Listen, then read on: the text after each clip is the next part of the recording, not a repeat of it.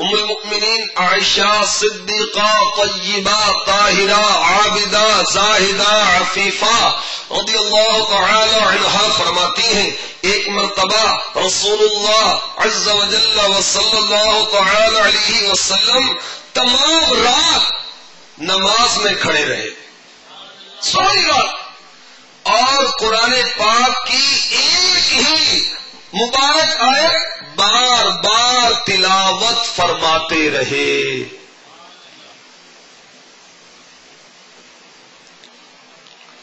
حضرت سیدنا حذیفہ بن یمان رضی اللہ تعالی عنہ کا بیان ہے، میں نے اللہ کے رسول گلشن رسالت کے مہکتے پھول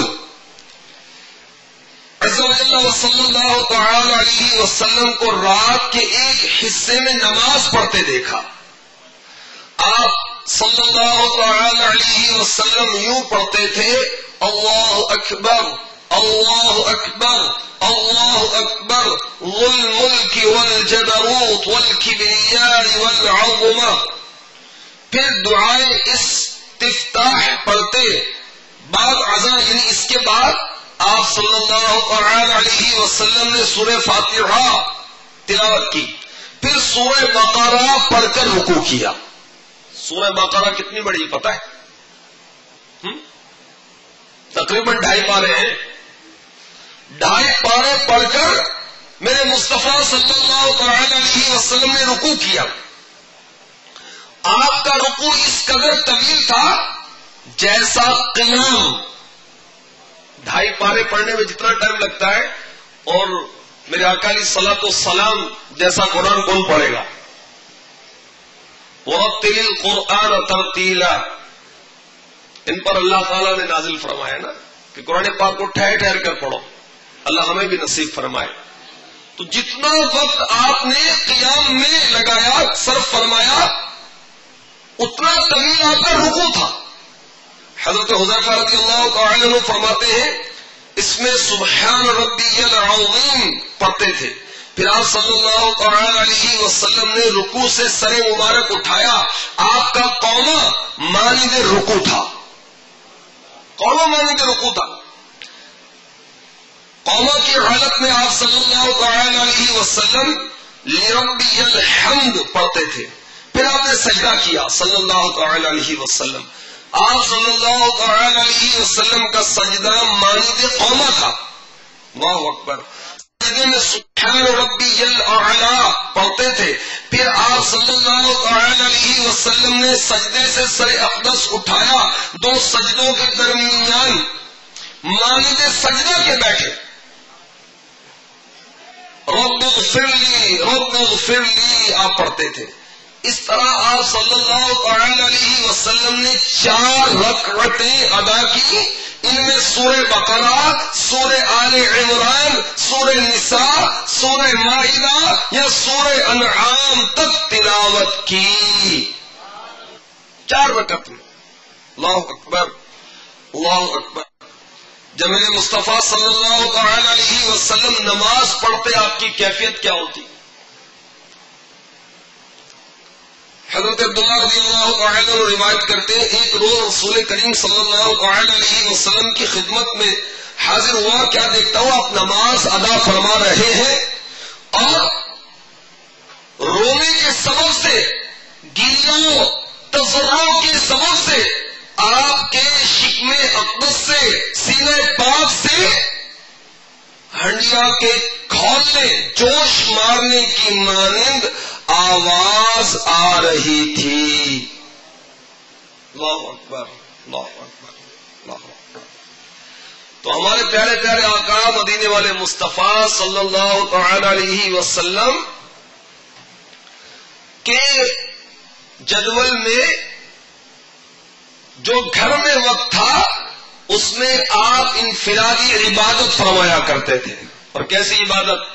سبحان اللہ، ایک جھلک اس کی وہ آپ کے سامنے پیش کی گئی۔ تو کاش پیارے مصطفیٰ صلی اللہ تعالی علیہ وسلم کے نعلین مبارکین کا صدقہ ہمیں بھی عطا ہو جائے، ہمیں بھی عبادت کا ذوق و شوق نصیب ہو جائے۔ اب جدول میں ہمارے تنظیمی مصروفیت ہے، لوگوں کی اصلاح کے لیے کوشش کرنے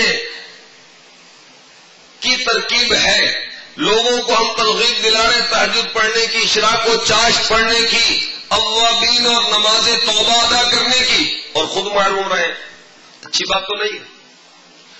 لوگوں کو ہم قرآن پاک پڑھنے کی ترغیب دلائیں اور خود معلوم رہے۔ کنز الایمان 3 آیات ترجمہ و تفسیر خزائن العرفان یا نور العرفان سے تلاوت کرنے کا مرشد پاک نے کب سے فرمایا ہوا ہے؟ کیا ہم نے کنز الایمان ترجمہ و تفسیر کے ساتھ مکمل کر لیا؟ کس کس کا مکمل ہو گیا؟ 2، سینکڑوں میں سے 3۔ اس کا مطلب اکثر نہیں پڑھتے۔